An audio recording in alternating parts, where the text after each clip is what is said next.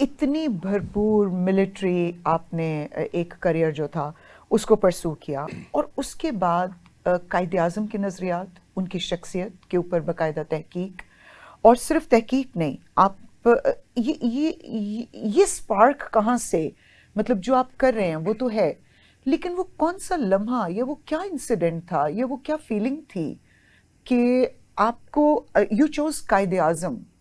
लोग तो पता नहीं और इधर उधर की चीज़ों पे तहकीक करते हैं, वो सारा कुछ करते हैं, और वो लीडर जिसने हमें हमारी पहचान दी, आपने उनको चूज़ किया, विच इज़ लाइक मेरे लिए एक बड़ा डिफरेंट सा आइडियोलॉजी था जब आपने पहली बार मुझे बताया कि गुलसाना मैंने आपका वो पूरा अटेंड किया था, मैंने वो सेशन, और मतलब मेरे रोंगटे खड़े हो रहे थे आपकी बातें सुन के।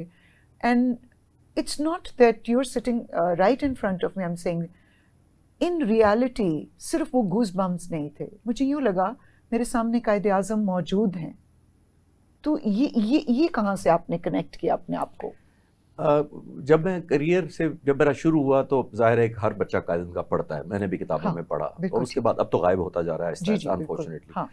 और मेरे दिल में ख्वाहिश थी कि मैं करूं, लेकिन स्पार्क जिसका आप पूछ रहे हैं वो मेरा इस्तांबुल में हुआ था। ओके। मैं वॉर कोर्स करने गया था टर्की में। ठीक है। तकरीबन 8-10 महीने का कोर्स था। हाँ। और टर्किश लैंग्वेज में करना था। ठीक तो है। पहले मैंने टर्किश लैंग्वेज सीखी यहाँ पे, फिर कुछ वहाँ सीखी जाकर, फिर टर्किश लैंग्वेज मैंने वॉर कोर्स किया। बहुत 40 मुल्कों के लोग थे। बिल्कुल। वहाँ जाकर गुलसना मैंने जो एक अंकारा गया मैं, और अंकारा में एक सड़क पर खड़ा था, तो आप हैरान होंगे कि मेरे लिए बहुत बड़ा सरप्राइज, मेरे से टर्किश दोस्त था एक साथ मेरे, और मैं टर्किश में बोलता था उनके साथ। बिल्कुल ठीक। तो उन्होंने कहा कि आपको पता है हमारे शहर में जो सबसे बड़ी सड़क है वो कौन सी है? हाँ। तो मैंने कहा पता नहीं। हाँ। वो मुझे ले गया। हाँ। उसने कहा ये सड़क। Kemal Ataturk? नहीं। अच्छा। जिना, शाहराह जिना, टर्की के बीच में, टर्की की सबसे बड़ी कैपिटल की सड़क, ऐसे लाहौर की माल रोड जैसे शाहराह जिना, उसका नाम है जिना जादसी हाईवे। जादसी हाईवे, राइट। तो मैं खड़ा होकर देख रहा हूँ कि ये कायदे आज़म के नाम पे है। फिर उसने मुझे एक मॉन्यूमेंट दिखाया, एक छोटा सा मॉन्यूमेंट सड़क के सेंटर में लगा हुआ था, उसके ऊपर लिखा हुआ था, टर्किश में लिखा हुआ था कि ये डेडिकेटेड है सड़क to the founder of Pakistan. फिर एक राउंड अबाउट था, जो लोग लाहौर से वाकिफ हैं, something like Hussain Chowk, round about था, उसके ऊपर फिर एक बहुत बड़ा कायदे आज़म का मुजस्समा लगा हुआ है, और उसके ऊपर लिखा हुआ है, और उसके गाड़ियां चल रही हैं। सबसे बड़ा क्राउडेड, सबसे बड़ी सड़क कह रहा हूँ कैपिटल की, उसके ऊपर भी यही लिखा हुआ है। राइट। और मैंने कहा यार इस मुल्क ने हमारे लीडर को इतना पहचाना, एक्नॉलेज किया, तो हमने खुद किया इतना। तो मुझे बड़ी नदामत हुई वहाँ। कमाल अतातुर्क, अगर आप तुर्की जो लोग गए होंगे वो एग्री करेंगे कि कोई बिल्डिंग मुकम्मल ही नहीं हो सकती अगर अतातुर्क की तस्वीर ना हो अंदर। कमाल अतातुर्क, बिल्कुल होटल हो, बैंक हो, स्कूल्स हो, हमने तो आहिस्ता आहिस्ता गायब हो गई। मेरी टू द प्रमोशन जो रैंक है ना एयर कमोडोर, वो भी टर्की में रहते हुए हुई। तो मुझे और एक गिल्ट भी हुआ, मैंने कहा इस मुल्क ने मुझे एयर कमोडोर बनाया, मैं फाइटर पायलट हूँ, मैंने 3000 घंटे उड़े हैं, मुझे सितारे बसाले सितारे इम्तियाज, मैं इंडिया में होता मुझे मिलता ये सब कुछ। तो जवाब ये था कि अल्लाह ताला के बाद अगर कोई शख्स है तो यही है जिसका मैं मकरूज हूँ। तो मैंने सोचा अगर तुर्क भाई हमारे नहीं रह सके इसको एक्नॉलेज करने में, कोई 25 मुल्कों की तो मेरे पास टिकटें हैं जिन्होंने कायदे आज़म पे प्रिंट किया नो पाकिस्तानी टिकट, यानी लोग हमारे लीडर को मानते हैं। हमने आहिस्ता आहिस्ता कम कर दिया, उसकी वजह जब आप पूछेंगे तो मैं बात करूंगा।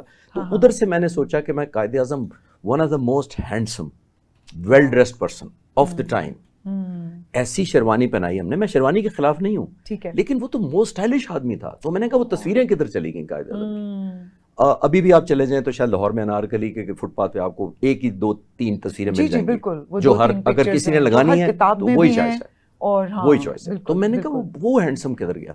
सो मैंने अपने आप को चैलेंज दिया कि अब तुम एयर कमोडोर भी बन गए, इसी मुल्क के वसीले से सब कुछ इज्जत पा रहे हो, तो अपना कर्ज कम करो। मैं वापस आया, मैंने आकर गुलसना परमिशन ली एयरफोर्स से कि जी मुझे प्राइवेट टाइम में मुझे काम करने दिया जाए कायदे आज़म पे। तो मैंने फिर पोर्ट्रेट इकट्ठे करने शुरू कर दिए। 7 साल तक मैंने, मेरा क्राइटेरिया ये था इतना बड़ा पोर्ट्रेट, ये इतनी गूगल की इंटरनेट की तस्वीरें नहीं, हाई रेजोल्यूशन हाई क्वालिटी, चाहे फटी पुरानी हो। मैंने 7 साल में मैंने कुछ 600 तस्वीरें इकट्ठी की। दिस क्वालिटी, कोई जंग लगा हुआ था, किसी को दीमक लगा हुआ था, किसी को बारिश का पानी, but it did not matter. मैंने टीचर रख के एक सॉफ्टवेयर सीखा, कोरल ड्रॉ और फोटोशॉप, जो ग्राफिक को इम्प्रूव करते हैं। एआई वगैरह तो अभी आ गए ना, एआई तो अभी आया। तो उस वक्त मैंने ये किया इम्प्रूव करने के लिए। फिर मैंने 2 यूनिवर्सिटी के लड़के एंगेज किए, उनको मैं इंटर्नशिप टाइप पैसे देता था, पर पिक्चर मेरे साथ बैठ के वो इम्प्रूव करते थे पिक्चर्स को, ग्राफिकली रिमूव करने, स्टेन, कोई कट गई है तस्वीर साइड से, ये डैमेज हुई है, तो वो करने के बाद मैंने सोचा कि ये तो कायदे आज़म की तस्वीरें हैं सिर्फ, मैं इनका क्या करूँगा? ठीक है। ये मैं सिर्फ ऐसे ही कर रहा था जैसे बचपन में कॉइन्स और टिकटें इकट्ठी करने वाली hobby, another hobby, grown up hobby. ठीक है। मैंने कहा ये इसकी तस्वीरों का मैं यूटिलिटी क्या करूंगा, कोई यूटिलिटी नहीं समझ आई। फिर मैंने कहा अच्छा यूं करता हूं, मैं स्टोरीज इकट्ठी करता हूं कायदे आज़म की।